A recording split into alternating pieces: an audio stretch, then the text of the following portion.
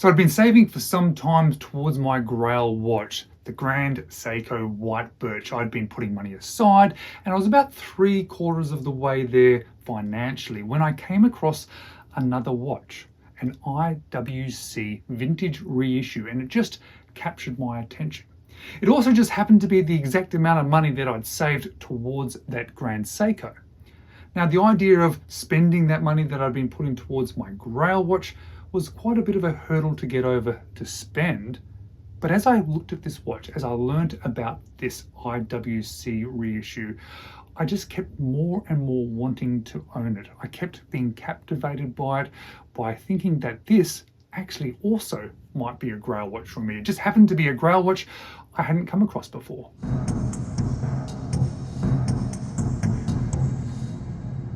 Hello, you're watching James. My name's James. You're watching me. And I am talking about watches, and I'm talking about a reissue IWC. These watches were reissued between around 2008 and 2012, so they're getting a little bit older now, even though they were a reissue. When they were reissued, they released them in a couple of different materials. There was solid gold, there was platinum, but of course I've ended up with the stainless steel because it's within my price range, or at least it was within the price range of what I'd saved towards my Grail watch. It was retailing for around about 7,000 Australian dollars. Now, keeping in mind it's a second-hand watch, but also keeping in mind that it is a luxury second-hand watch. And since buying this watch, and since putting the time into researching it before buying this watch, I realized that the prices of them do range a bit. If you're watching this video and you actually are considering buying one, it's definitely worth taking the time to find the right one at the right price, because they range from around about 6,500 Australian dollars all the way up to around about 10,000 Australian dollars, and that's quite a big range. I also noticed when I was looking for them that the quality was a little bit different depending on them, and the service history was a little bit different between the different ones I was looking at. And it's definitely worth looking for the right one. Mine I actually ended up buying directly from Chrono24, the actual Chrono24 store, not somebody even selling on it, the actual store. They have a physical store apparently, and I bought it online through them, and this watch had just been sent back to IWC and been fully serviced and fully worked on, so I was quite comfortable with the fact that even though it was an older watch, it was in good condition. But it was still expensive, so it was a bit of a hurdle for me to get over to purchase this one. But now that I've purchased it, I want to share this one with you in a lot more detail, especially because if you are considering this one, well, there aren't actually that many detailed videos about this one. Being a watch that's close to 10, maybe even 15 years old, I think the reviews back then were a little bit different to what the watch reviews are now online. So today I'm going to do a detailed, in-depth review of this one that I kind of wish that was out there when I'd been purchasing it, because it would have made my purchasing decision just a little bit easier. So this is not an affordable watch, far from it. But what I discovered, and what has been confirmed to me since owning this watch, is just how much of a watch it is for that money. Keeping in context that this is a second-hand watch, but it is also not an obvious choice for a luxury watch. What that does for this watch is it allows it to be, relatively speaking, and I do say relatively speaking, affordable for what it is. Comparable watches that I've looked at that are perhaps more popular, well-known watches that are the same sort of quality or even the same similar sort of designs generally tend to hold a much higher price. So looking for a watch that perhaps grabs your attention, that you love, that is a good looking watch, a good quality watch, that perhaps is not the most obvious watch, does then tend to be relatively speaking, more affordable. And that is what I've found with this one. And when considering the price of this watch and then comparing it against perhaps more popular watches or well-known watches or more obvious watches, I definitely see that this one is priced lower. And if you're looking for one of these, it's definitely worth taking your time to buy the right one. I ended up with this one for around about that $6,500, as I mentioned. But the first thing that I really needed to be considered about this watch was its size, because I knew that it was a big watch. But I've come to the conclusion that size is definitely linked to a number of things, including the design. I feel that pilot watches forgive larger watch sizes somewhat, not completely, but definitely somewhat, because this is a big watch. If you're considering one, you need to know the size, but I certainly would recommend to consider the design as well, because design forgives size a little bit. But the case of this one is actually 43.9 millimeters. The lug to lug is 52.8 millimeters. The thickness is 11.7. Has a lug width of 22 millimeters and a total weight of 91.9 grams. So with that size, you may think, wow, that is a big watch, and it is a big watch. I'm not saying it is not a big watch, but I have a 17 centimeter wrist and I think it fits fine. It is a big watch on wrist, but it's not overhanging my wrist. It's comfortable on my wrist. And as I keep saying, and I've said many times in the past, that I think design does forgive size a little bit. If this was a different type of design watch with these size or those dimensions, I think it might look a little bit odd, but it suits this watch. Guys, before I get further into this video, I'm just hoping that you might actually just subscribe to my channel if you've not already done so. It really does make a big difference to me, and I hope to show you some really cool watches in the future. Watches that perhaps may not have been seen before, maybe some popular watches, and you can keep up with that content if you just hit subscribe. So let's look down my arm at this watch and how it sits on my wrist. And you'll see that it nestles down really well.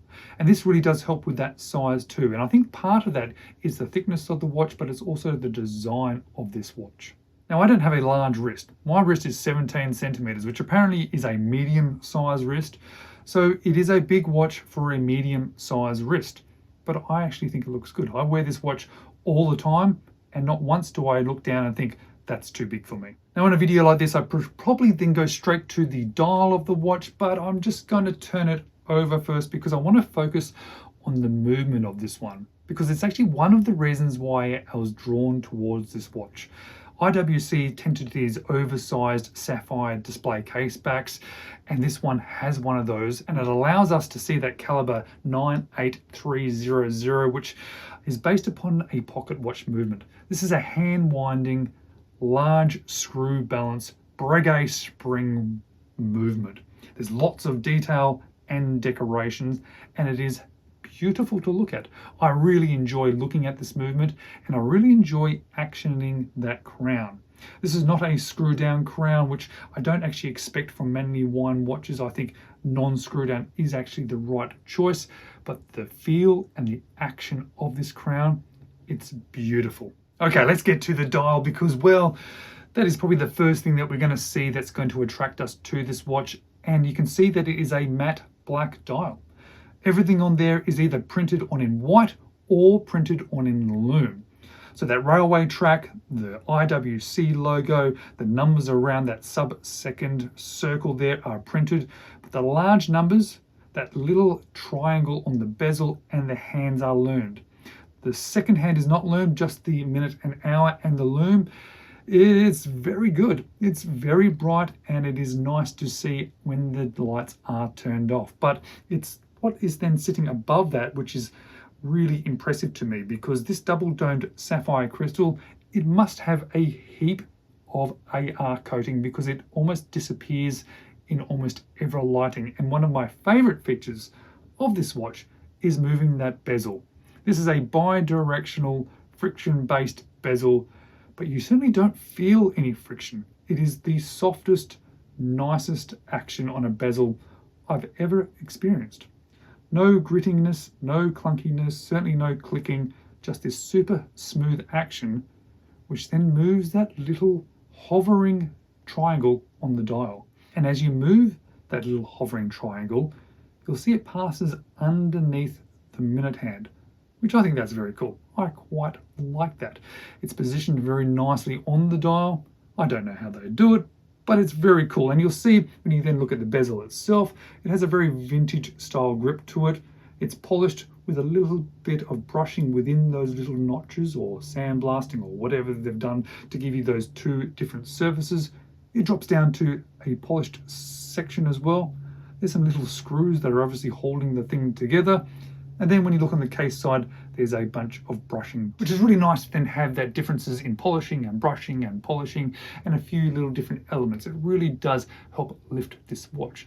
It surprises me somewhat because when you look at sort of vintage watches, often they're all polished. So I sort of expected this one to be all polished, but I'm glad it's not. Now I mentioned that this is not a screwed down crown. So this one comes with 60 meters of water resistance, and the crown surprises me a little bit because you expect from a vintage pilot watch to have more of a sort of pilot style crown, but I'm glad that they haven't, because it ends up actually sort of suiting the watch really well. It doesn't take away from everything else that's going on, and being a large watch anyway, you probably don't want a huge crown, or at least I probably don't. But you'll see that it is signed and very nice to grab onto, very easy to utilize.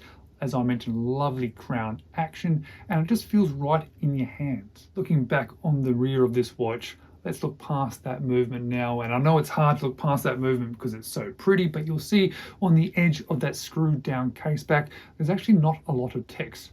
There's just what I'm assuming is the word Flieger, but written not in English. Well, this is a Swiss watch, so I'm going to assume maybe that's Flieger in German. If you know different, or you think that I am incorrect, please let me know down in the comments. And then of course we need to talk about the strap. And when we're speaking about a luxury watch, I certainly hope that the strap is something special. I've handled lots of luxury watches before, and what has been a surprise to me is the straps aren't always as incredible as I'd hoped. When you're spending thousands upon thousands, I want something to really impress me, and this one really does impress me. It obviously suits the style of the watch, being a pilot style strap, and the color I think matches perfectly, but it's the quality that stands out. How comfortable it is, how soft it is, and how it just wraps around your wrist. Now this one's obviously more than 10 years old, and you can see that it has been worn a little bit. I think this watch wasn't worn a huge amount, but I've been wearing it a lot. And you can see on the edge of the particular strap, a little bit of that coating has come away, and I think that's purely because of the age. And the buckle and the tang, well, as good as I would have possibly have hoped. And if you are going to be buying one of these watches, well, you can probably afford to buy a new strap if you want, but being IWC, they're not particularly cheap. So it's worth keeping that in mind if you're thinking about upgrading or changing the strap to a new one. So there's a question that is in the back of my head, and it has been in the back of my head since I bought this watch. Did I make the right buying decision?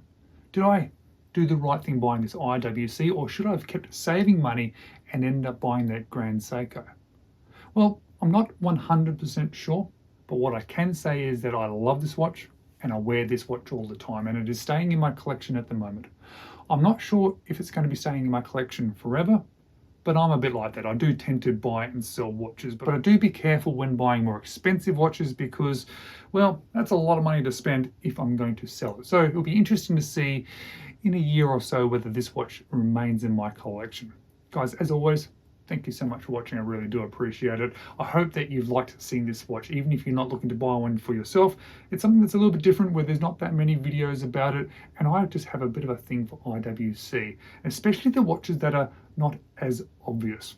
The obvious IWC watches, the ones that come to my mind straight away, are nice watches. I've tried lots of them on, but I don't actually have any desire to own them. It's some of these less obvious watches from IWC that really stand out to me, and this one absolutely stood out to me. Thanks for watching, guys. Maybe watch another one of my videos next.